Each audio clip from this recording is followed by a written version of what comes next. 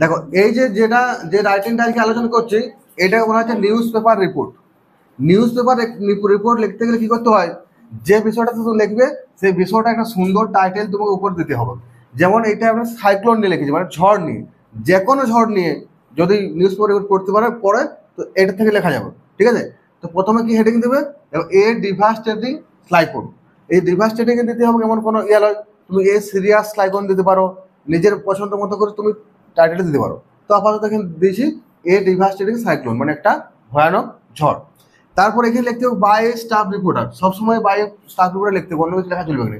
তুমি একজন staff reporter হিসাবে, মানে সাংবাদিক হিসাবে জিনিসটা লিখছো। তারপর এখানে প্লেস দিতে হবে, ডেট দিতে হবে, ডেটটা চেঞ্জ হবে। ঠিক আছে, আজকে যেমন 13 তারিখ, ওই জন্য 13 তারিখ দেওয়া আছে। এবারে এইখানে যে ডেটটা দিবে তার একদিন কি দুদিন আগে ভিতরের ডেটটা দিবে, কারণ যে খবরটা পেপারে ছাপানো হবে সেটা তো আগে ঘটবে, তারপর তো পেপার ছাপাবে। 13 তারিখে ছাপাচ্ছে মানে কি 12 তারিখ ঘটেছে বা 10 তারিখ ঘটেছে। ঠিক আছে, এই যেমন কালকে যে প্লেন দুর্ঘটনা ঘটেছে সেটা তো আজকের পেপারে দিবে, তা 13 তারিখের পেপার দিবেন 12 তারিখের ঘটনাটা। সেরকম এখানে যে ঝড়টা সেটা 12 তারিখে হয়েছে, সেটা 13 তারিখ দিবে। মানে এটা 12 তারিখে হয় নাই, মানে ধরো যে হয়েছে আর কি, মানে এরকমভাবে যে কোনো ঝড়ের ফরম্যাটটা এইটাই দিই। দেখো কি বলা হচ্ছে, a severe cyclone hit the coastal areas of West Bengal on, এই তারিখটা চেঞ্জ হবে। তাহলে একটা ভয়ঙ্কর সাইক্লোন বা ঝড়, এবার সেই সাইক্লোন নাম নাও থাকতে পারে, অন্য ঝড়ও হতে পারে, ফণি বা যাই হোক, যেমন যেমন ঝড়ের নাম দেই নামকরণ করে, তো সেইখানে তুমি সেই ঝড়টার নামটা চেঞ্জ হবে। তাহলে সাইক্লোনের জায়গায় অন্য ঝড় হবে, যেটা পরীক্ষায় প্রশ্ন দেওয়া থাকবে। A severe cyclone hit the coastal areas of West Bengal, তারিখটা চেঞ্জ হবে। ঠিক আছে, এখানে আপাতত 12 তারিখ দেওয়া আছে। অ্যাট অ্যাবাউট টাইমটা চেঞ্জ হবে, 6টা 45 জায়গায় 8টা 45 হতে পারে। ঠিক আছে, তাহলে একটা ভয়ঙ্কর ঝড় আঘাত করেছিল পশ্চিমবঙ্গ উপকূলে 12 তারিখে প্রায় 6টা 45 দিকে। এই যে আন্ডারলাইন করা জায়গাগুলো কি হবে, চেঞ্জ করতে হবে। The speed of the cyclone was 80 কিমি/আওয়ার, এটা আওয়ার হবে। ঠিক আছে, মানে এই যে দেখো তোমার সাইক্লোনের যে গতিবেগটা কি ছিল, 80 কিমি।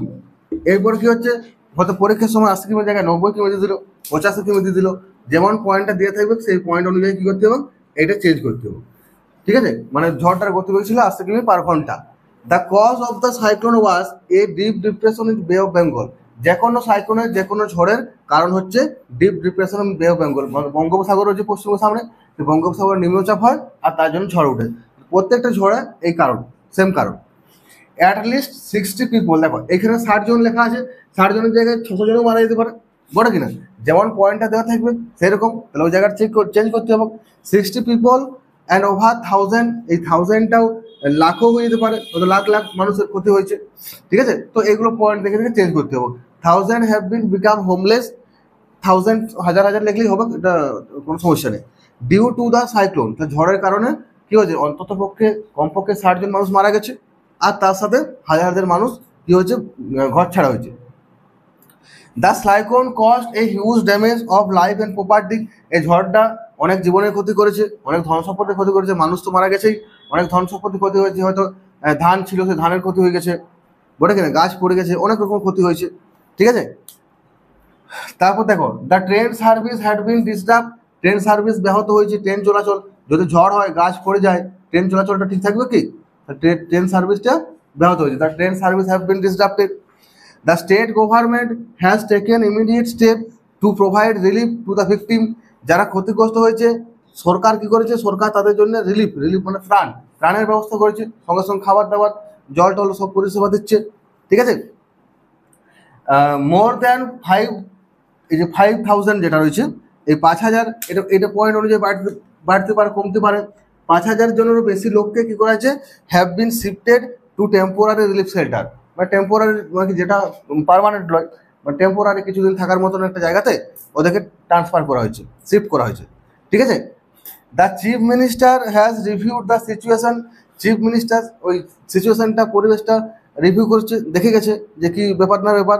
এখানে চিফ মিনিস্টার জায়গায় প্রাইম মিনিস্টার থাকে, তো প্রাইম মিনিস্টার লিখতে পারো। ঠিক আছে, চিফ মিনিস্টার প্রাইম মিনিস্টার দুটো থাকতে পারে, যে দুজনও আসতে পারে, অনেক ক্ষেত্রে চিফ মিনিস্টার প্রাইম মিনিস্টার দুজন একসাথে আসে।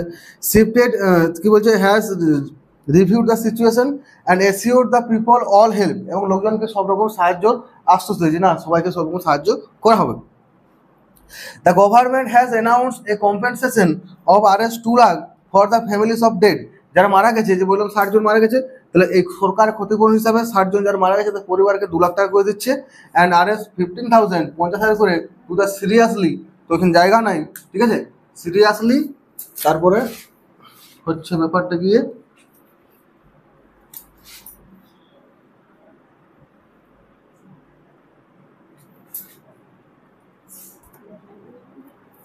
Seriously affected